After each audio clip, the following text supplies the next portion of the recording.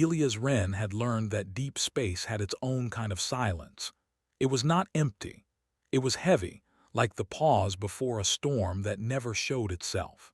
The observation station drifted between two quiet stars, far beyond trade routes and military patrols. Humanity called it a listening post, but Elias often thought of it as a waiting place. He stood alone in the circular observation chamber, hands resting on the cold rail, eyes fixed on the slow movement of distant galaxies. The stars looked calm tonight, too calm. The station's systems hummed softly, the steady sound of machines doing their duty without complaint. Elias trusted those sounds more than his instincts, but tonight his instincts refused to stay quiet. Something was wrong. The alert came without warning. No blaring sirens. No flashing red lights.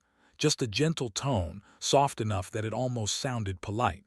Elias frowned and turned toward the console. "Report," he said, even though no one else was awake. The console responded with scrolling data Elias had never seen before. Spacetime distortion readings, internal sensor conflicts, visual anomalies with no measurable mass or energy. "That's not possible," Elias murmured. The station was designed to detect threats long before they arrived. Ships, weapons, radiation. But this was something else. It was as if space itself had decided to bend inward, folding like fabric pulled by unseen hands. Elias reached for the command panel to call Earth Command. The signal would take hours to arrive, days to return. Still, protocol was protocol. Before he could send it, the lights dimmed. Not failed, not flickered. They dimmed as if someone had carefully lowered them. Elias froze. The temperature in the chamber did not change, but the air felt different, thicker.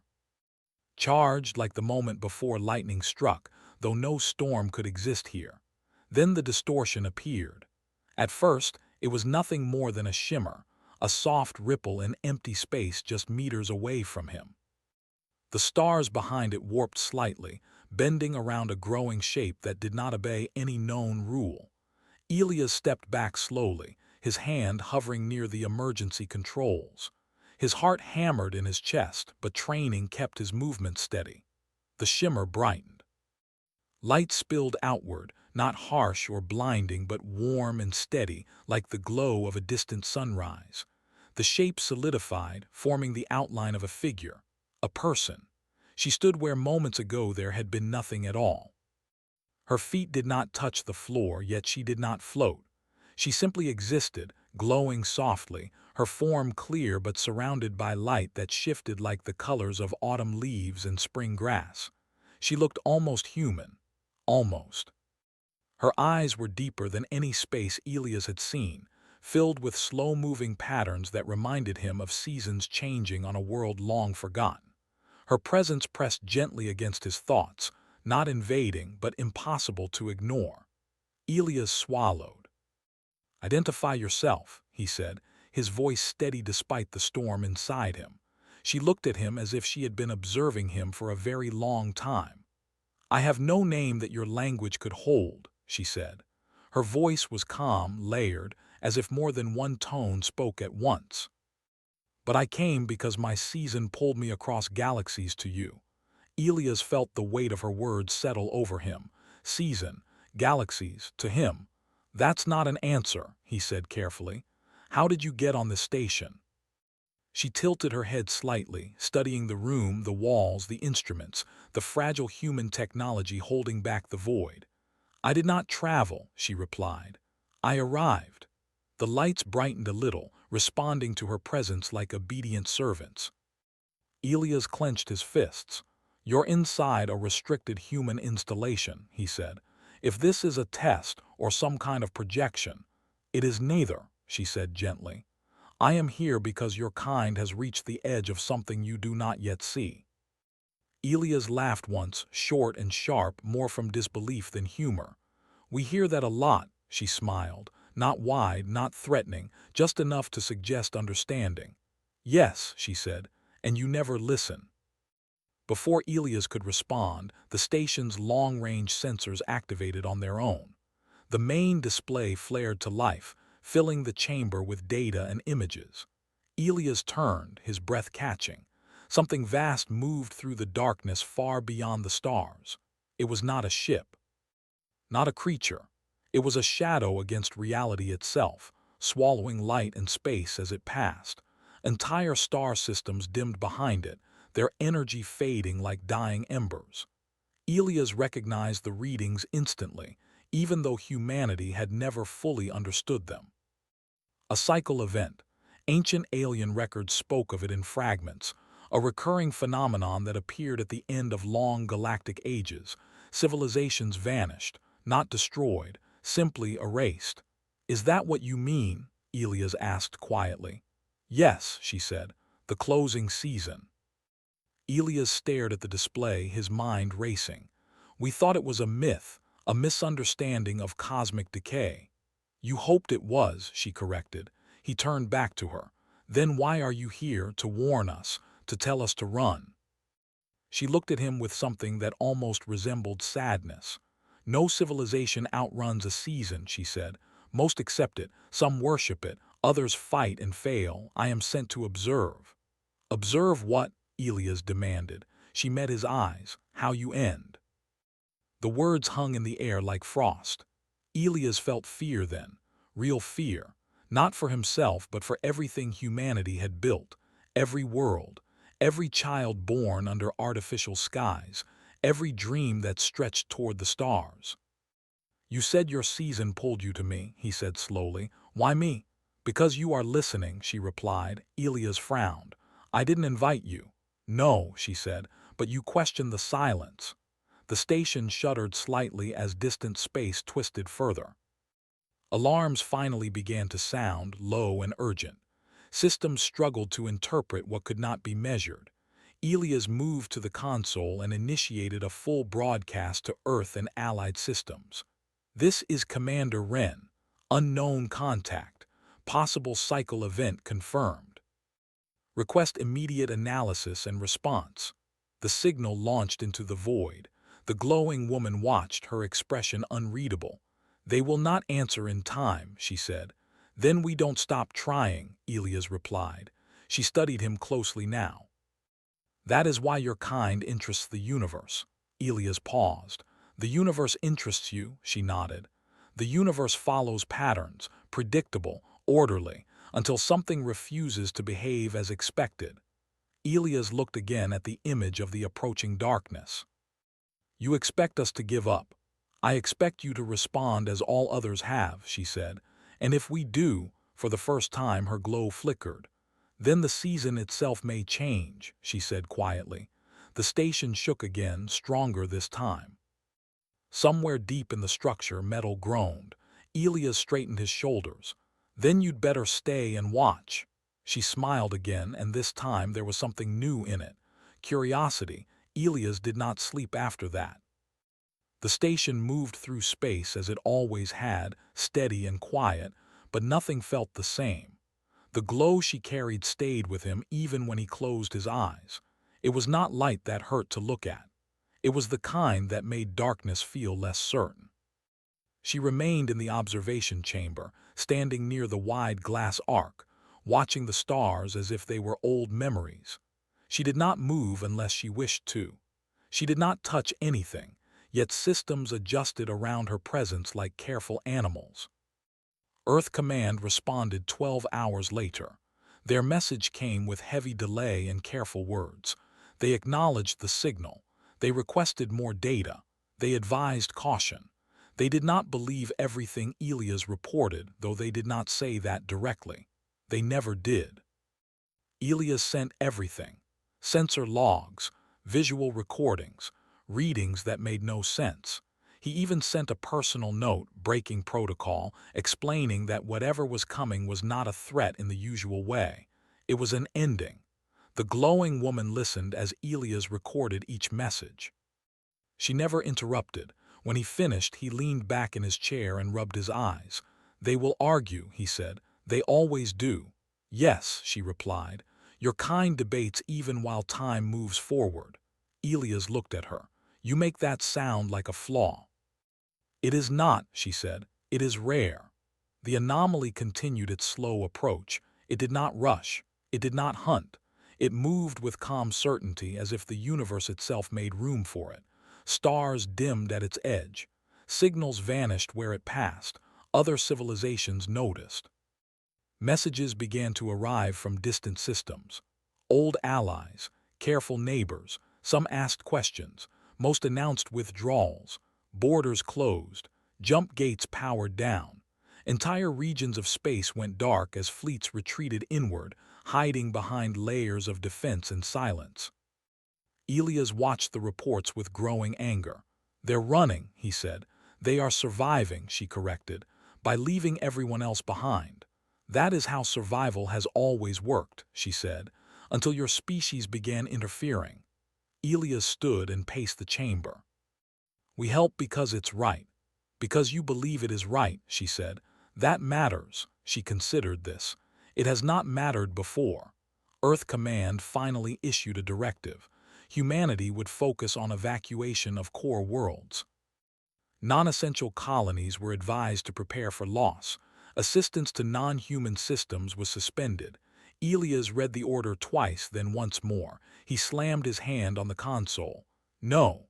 The glowing woman turned toward him. "You will disobey." "I will question," he said. "I will argue, and if I must, I will disobey." She studied him with open interest now. "Why?" Elias stopped pacing. "Because if we decide some lives are worth less than others, then we're already finished." The anomaly grew larger on the display. Human fleets began to move. Not inward as expected, but outward.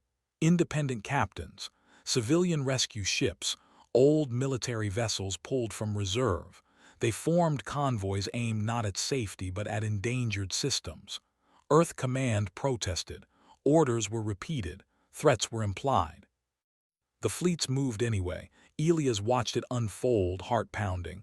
"We're not special," he said softly. "We just refuse to stop trying." The glowing woman stepped closer. The air shimmered around her. "You turn defiance into doctrine." "We turn hope into action," Elias replied. As the anomaly crossed into the outer human frontier, something changed. It slowed. The shift was small, almost invisible, but the sensors caught it. The cycle event hesitated, like a wave meeting resistance it did not expect. Elias leaned forward. "Did you see that?"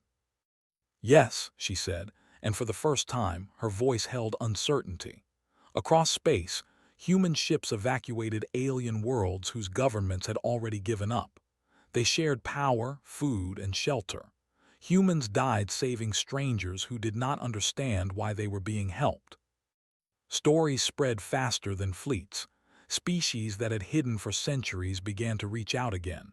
Small acts of resistance formed, not with weapons but with cooperation. The universe watched. The glowing woman began to weaken.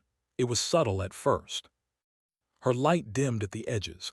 Her outline blurred as if she were losing focus. Elias noticed immediately. "What's happening to you?" She looked down at her hands, light flickering through her fingers. "I am bound to the pattern. If the pattern breaks, so do I." Elias felt a strange tightening in his chest. "You said you were here to observe." "Yes. Not to interfere. Never," she said. "And yet you're still here." She met his eyes. "Because I am no longer certain what I am observing." The anomaly slowed again. Then it shuddered. Space rippled outward from its core, not violently, but like a held breath released. The cycle was reacting, not attacking, not advancing, questioning. Elias opened a channel to all human fleets. "Keep going, help whoever you can, don't stop." The response came back not as words, but as action. More ships joined. The glowing woman's light faded further, but her expression softened. "For the first time," she said, "the universe is unsure." Elias looked at the stars. "Good." The station trembled one last time as the anomaly paused at the edge of known space, waiting. And for the first time in cosmic history, the season did not know how to continue. The anomaly stayed still. That alone changed everything. Across human space and far beyond it, sensors confirmed the same impossible truth. The cycle event, the thing that had never stopped once it began, had paused, not slowed, not redirected. It waited as if listening. Elias stood in the observation chamber, staring at the great shadow on the display. His hands trembled slightly, though he kept them still. He knew history was bending around this moment, even if no one yet understood how. The glowing woman stood beside him, her light faint now, like the last glow of a sunset. She looked smaller, not weaker, but closer to something human. "This has never happened," she said. Elias did not look away from the screen. Then maybe the universe needed a new answer. Her glow flickered, or a new question. Messages flooded in from across space. Alien worlds once silent were speaking again. Some sent thanks, others sent confusion. A few sent fear, but none sent surrender. Human fleets were stretched thin. Supplies ran low, ships were damaged. Crews were exhausted. Still they kept moving, still they helped. Elias opened a channel to Earth Command again. This time they did not argue. They listened. A plan formed slowly, not in one place but everywhere at once. Scientists, engineers, philosophers, pilots, and civilians all contributed. Humanity had never faced something like this before, but they had always faced the unknown together. They realized the anomaly was not an enemy. It was a rule. A process that reset the universe when civilizations grew too complex, too loud, too permanent. It was meant to keep existence balanced, simple, predictable. Humanity was none of those things. Elias spoke softly, more to himself than anyone else. "It's not destroying us. It's correcting us." The glowing woman nodded. "The cycle restores silence. Then we give it something else," Elias said. "What?" she asked. "Meaning." The plan was risky. It did not involve weapons. It did not involve shields. It involved connection. Humanity began broadcasting not just data but stories, memories, music, languages, proof of cooperation. They shared records of helping other species, of rebuilding lost worlds, of choosing compassion when survival alone would have been easier. Alien species joined in. Old rivals shared histories. Enemies admitted regrets. Civilizations that had hidden their pasts opened them fully, offering their mistakes and lessons to the void. The universe filled with voices. The anomaly trembled, not violently, not angrily. It pulsed like a heartbeat trying to find a new rhythm. The glowing woman fell to her knees. Elias rushed to her side. "Hey, stay with me." She looked up at him, light fading fast. "I was never meant to see this." "See what?" "Choice," she said. Her glow dimmed further, and for the first time she cast a shadow. The anomaly began to change shape. Its edges softened. The darkness thinned. Stars behind it began to shine through, weak at first, then stronger. The cycle was unraveling. Across the universe, ancient structures long thought dead powered on. Systems older than any known civilization awakened, responding to the shift. They had been built to observe the cycle, to ensure it continued. Now they hesitated. Elias felt tears sting his eyes. "We're doing it." "No," the glowing woman said weakly. "You already did." The anomaly collapsed inward, not into nothing, but into light. The shadow folded like a curtain being drawn aside. Energy dispersed harmlessly, feeding stars instead of consuming them. The season ended. Not with destruction, with change. Silence fell across the observation chamber. Systems stabilized. Alarms faded. The stars looked brighter than before, as if relieved. Elias turned back to the glowing woman. She was still there, but barely. Her form flickered, transparent now, like mist in sunlight. "What happens to you?" he asked quietly. She smiled, fully this time. "I am no longer needed." "You could stay," Elias said. "Learn live." She shook her head gently. "I was part of the rule. The rule is gone." Elias swallowed. "Then what pulled you to me?" She reached out, her hand passing through his without touch, yet leaving warmth behind. "Hope." Her light scattered into countless small sparks, drifting upward like fireflies before fading completely. She was gone. Earth Command declared a universal cease of emergency status. Worlds began rebuilding not alone but together. Borders reopened. Alliances deepened. Humanity was no longer just another species among many. They were proof. Elias remained at the listening post, though it no longer listened for endings. It listened for beginnings. Sometimes, late in the artificial night, he thought he saw a soft glow between the stars. Not watching, not judging, remembering. The universe had expected humanity to fade quietly. Instead, humanity taught it how to grow. And for the first time, the future was not a season. It was a choice.